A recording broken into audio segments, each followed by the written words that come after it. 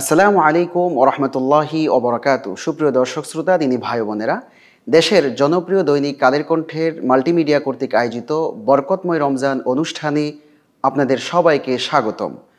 প্রিয় দর্শক, আজ আমরা কথা বলবো রমজানের প্রস্তুতি ও রোজাদারদের ২৪ ঘন্টার পরিকল্পনা নিয়ে। প্রিয় দর্শক, মহান রব্বুল আলামিন আমাদের জন্য রমজানকে অত্যন্ত মহিমান্বিত করে প্রেরণ করেছেন। রমজান এত একটি বিশাল মহান নিয়ামত আমাদের জন্য, যা অন্য কোনো নিয়ামতের তুলনায় একেবারে অনেক বিরাট।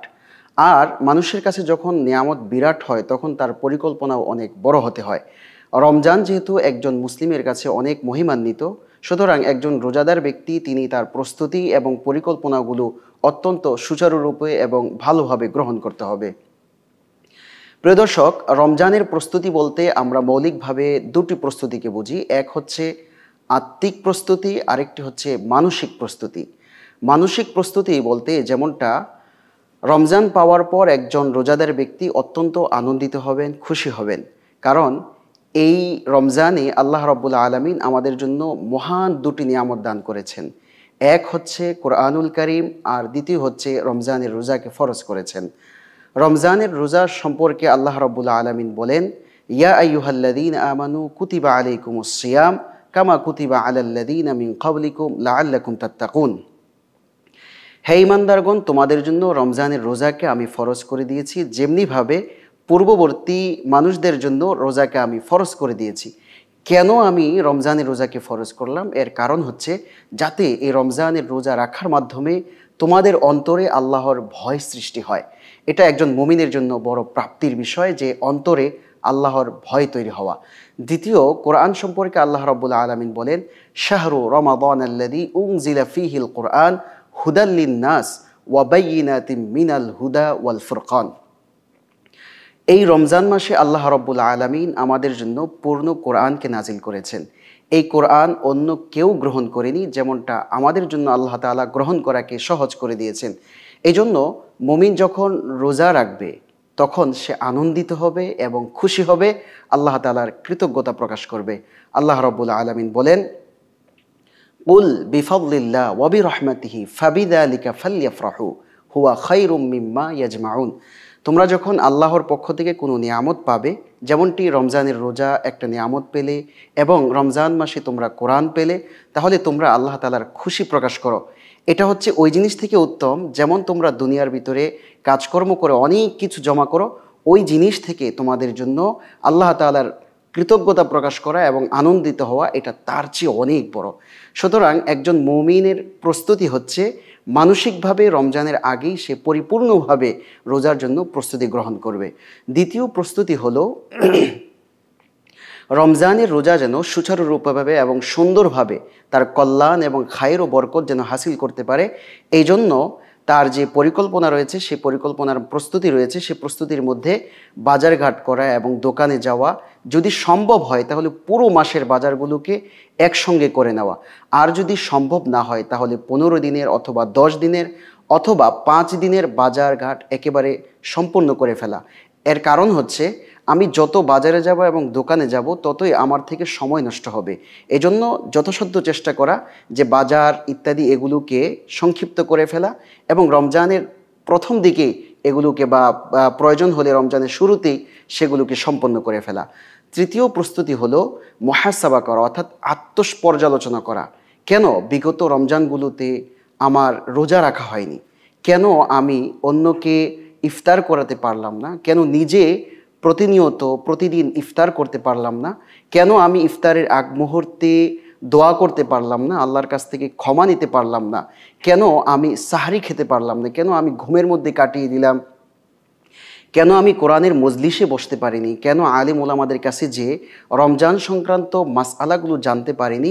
ইত্যাদি নানা ধরনের যত ত্রুটিগুলো রয়েছে, সেই ত্রুটিগুলোকে চিহ্নিত করা এবং সেগুলোর উপর পর্যালোচনা করা যে আমার এই রমজানে যেন রমজানের কল্যাণ এবং খায়ের ও বরকত এগুলো হাসিল হওয়ার ক্ষেত্রে এগুলো যেন আমার মাঝে কোনো ধরনের প্রতিবন্ধকতা তৈরি না করে। এই জন্য বিগত দিনগুলোর যত ত্রুটি রয়েছে সেগুলোকে সামনে নিয়ে এসে নিজের মাঝে একটি আত্মপর্যালোচনা তৈরি করা। এই মানসিক প্রস্তুতির পর আমাদের আত্মিক প্রস্তুতি বাকি রয়েছে। আত্মিক প্রস্তুতি বলতে কি? আত্মিক প্রস্তুতি বলতে হচ্ছে আমাদের অন্তরকে পরিশুদ্ধ করা। রমজান আমাদের জন্য আত্মিক পরিশুদ্ধ এবং আমাদের অন্তর পরিশুদ্ধর মহা একটা সুযোগ। কারণ অন্য 11 মাসে আমি যে পরিমাণ আল্লাহ তাআলার কাছ থেকে ক্ষমা নিতে পারবো, তার চেয়ে হাজার লক্ষ কোটি গুণ বেশি আমি রমজান মাসে আল্লাহ তাআলার পক্ষ থেকে ক্ষমা নিতে পারবো। এই জন্য আমাদের অন্তর তো প্রতিনিয়ত কলুষিত হচ্ছে। আমাদের অন্তর প্রতিদিনই প্রতিটা মুহূর্তে তার ভিতরে দাগ পড়ে যাচ্ছে, গুনাহের দাগ, অপরাধের দাগ, অন্যায়ের দাগ।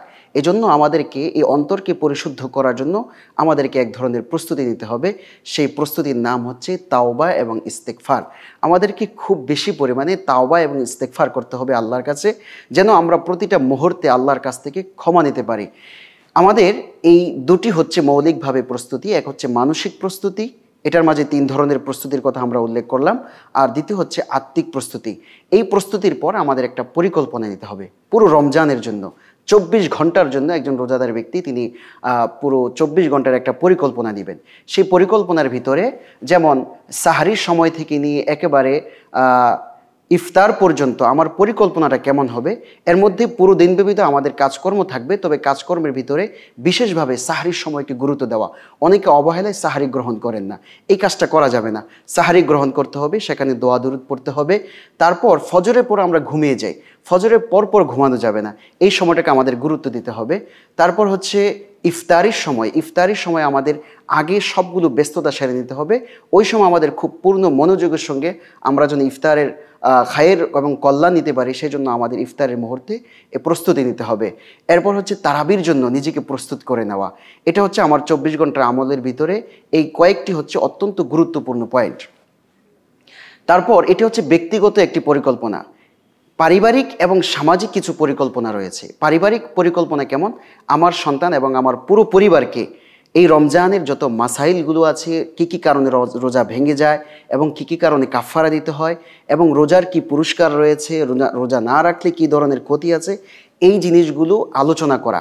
আমি নিজে যদি আলোচনা না পারি তাহলে একজন ওলামার আলেমের কাছ থেকে আমি জেনে নেওয়া, বা বিভিন্ন ধরনের অনুষ্ঠান হয় সেই অনুষ্ঠান থেকে জেনে আমি তারপর পরিবারকে সেগুলো শিখাবো। যদি আমি সময় না পাই তাহলে কমপক্ষে পুরো পরিবারের সঙ্গে একসঙ্গে বসে একজন বিজ্ঞ আলেমের আলোচনা শোনা। দ্বিতীয় আরেকটি পরিকল্পনা আমাদের হতে পারে আমাদের আত্মীয় স্বজন এবং বন্ধু বান্ধবকে রোজা সংক্রান্ত নির্ভরযোগ্য, বাজারে অনেক ধরনের বই পাওয়া যায় যেগুলোর মধ্যে ভুলভ্রান্তি রয়েছে, আমরা সেগুলো কিনবো না, বরং নির্ভরযোগ্য দলিল ভিত্তিক যে সমস্ত রমজান সংক্রান্ত বই রয়েছে সেগুলো কিনে আমার বন্ধু এবং আত্মীয় স্বজনের মাঝে উপহার দেওয়া। আমরা যদি সেগুলো সামর্থ্য না হয় যে বই কিনে দেওয়ার, তাহলে কমপক্ষে এতটুকু চেষ্টা করা। এখন তো অনলাইনের যুগ, আমাদের হাতের মুঠোয় সব কিছু আছে। আমি একজন নির্ভরযোগ্য আলেমের ভিডিও লিঙ্ক তাদের কাছে পাঠিয়ে দেওয়া, যাতে করে তারা সেগুলো শুনে রমজানের সার্বিক কল্যাণ অর্জন করতে পারে। সর্বশেষ এই রমজানে অবশ্যই আমি এটা পরিকল্পনায় রাখবো যে আমার রোজা যেন, আমার রমজান পুরো মাসটা যেন সুন্দর হয় এবং সুপরিকল্পিত হয়।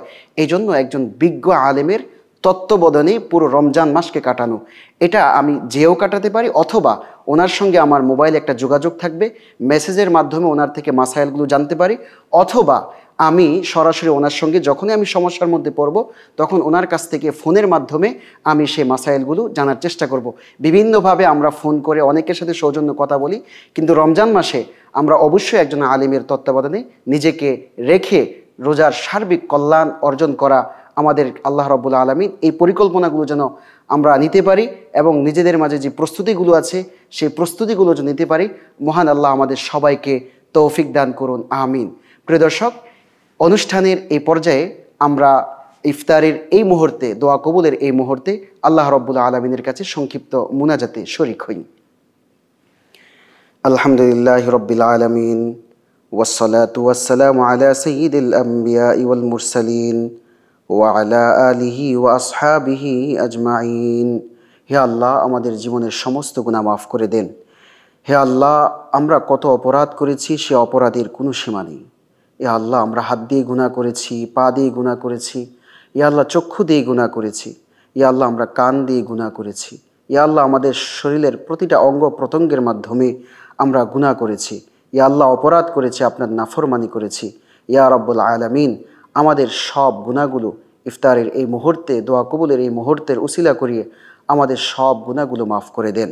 ইয়া আল্লাহ, আমরা তাওবা করতেছি, আমরা ক্ষমা চাইতেছি, আমাদের তওবাকে আপনি কবুল করে নেন।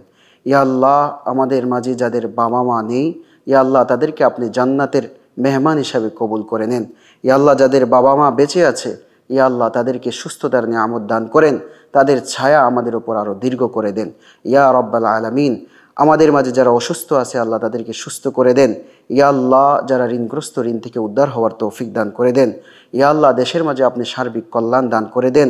দেশের থেকে আল্লাহ যত অকল্যাণ আছে, ইয়া আল্লাহ অকল্যাণ দূর করে দেন। ইয়া আল্লাহ, দেশের মধ্যে আপনি পূর্ণ শান্তি ও রহমত বরকত নাজিল করে দেন। ইয়া আল্লাহ, আজকে যে আলোচনা হলো, ইয়া আল্লাহ আমাদেরকে রমজানের পূর্ণ প্রস্তুতি নেওয়ার তৌফিক দান করে দেন।